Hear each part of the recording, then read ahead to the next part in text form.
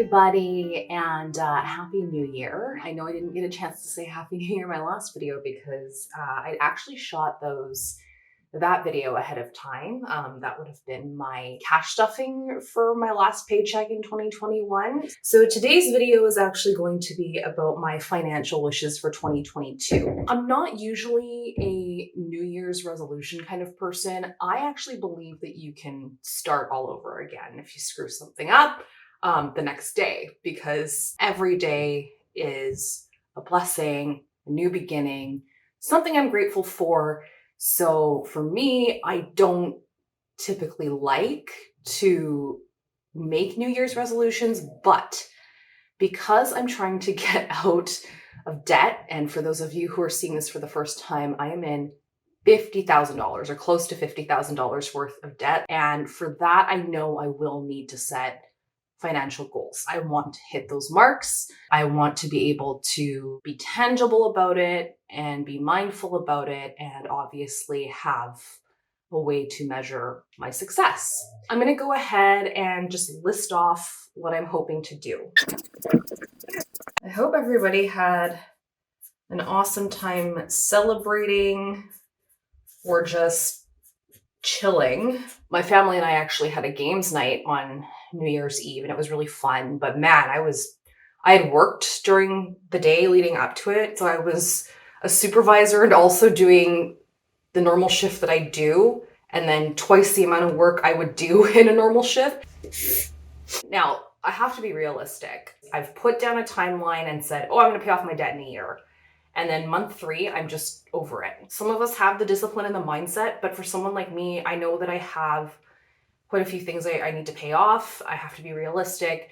And $50,000 in 1 year, despite the amount of money I make, based on my circumstances at this point, not happening. My big thing for this year is to pay off all of my credit cards. Oh my gosh, I wrote credit cars. With a balance less than or equal to $10K. I have one credit card that has about just shy of $2,000 on it, one credit card that has a little more than $2,000 on it, one credit card that has close to $7,000 on it, one credit card that has close to $7,500 on it. Now those 4 are going to be the ones that I try to pay off. I'm going to redo that, but I clearly, you get what I'm trying to do.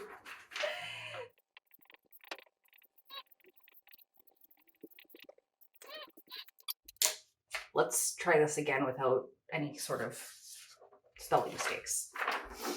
So this is what I'm going to do. Pay off all credit cards with a balance of less than or equal to $10,000. I think that's doable for 2022. I have 4 credit cards, and the total, 2, 4, plus 14, that's like almost $20,000. So that right there, if I can eliminate that, that's nearly half of my total debt. So I'm really looking forward to doing that. Right now, I'm scheduled to pay off the first credit card I have, which is a department store credit card with a max limit of $2,500. There's about $2,300 on it.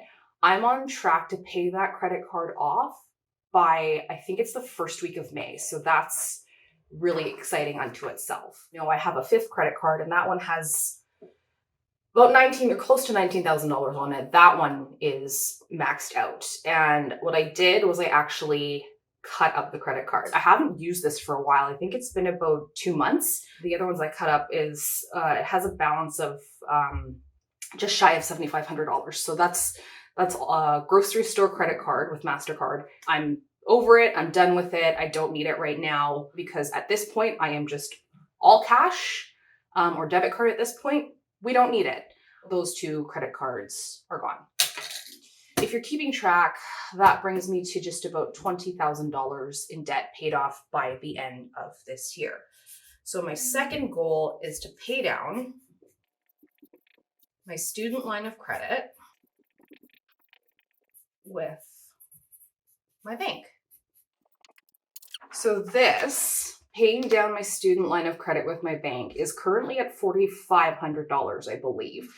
The credit line was at $8,000 when I first, at its peak, it was at $8,000 to a maximum of 10,000. And I've since paid a lot of that off, but I know I can do better because I'm only making the minimum payments. The balance of this and the balance of this is already half my debt, which just makes me super excited. I'm really happy about that. So it's $25,000 gone if I succeed.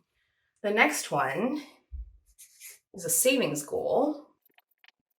And I have savings that I cannot touch. I pretend they don't exist because if I even look at them, it's taken each paycheck. I just leave them and don't look at them. I will not spend them because what I used to do, it's a share program. And what I used to do is they'd encourage us at the end of the year to take out money for Christmas spending. Like I could just save up over 12 months and take that money that's saved up that I would have taken out from this share program because you'll get taxed on it. And quite frankly, I would rather see that money grow than continue to see the balance shrink. Continuously withdrawing out of there each year to go Christmas shopping is just stupid. So I'm going to save a minimum $1,000 as an emergency fund. You're supposed to save 3 months worth of income if you're following the Dave Ramsey method. I have only taken his parts that are best for me, and I'm using that. So the reason why I want to save $1,000 as an emergency fund is because I believe I can get through most of my emergencies after taking a look. The last major thing that I'd like to do is I'm planning to go to Hawaii in December, barring any COVID-related crap.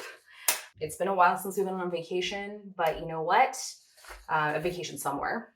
And you know what? Quite frankly, we're going to do it all in cash. To travel to Hawaii, for the flights that I want and for the vacation that I want, I'm looking at about $5,000. And I would like to treat my husband to that. He has always been up for paying for his own share.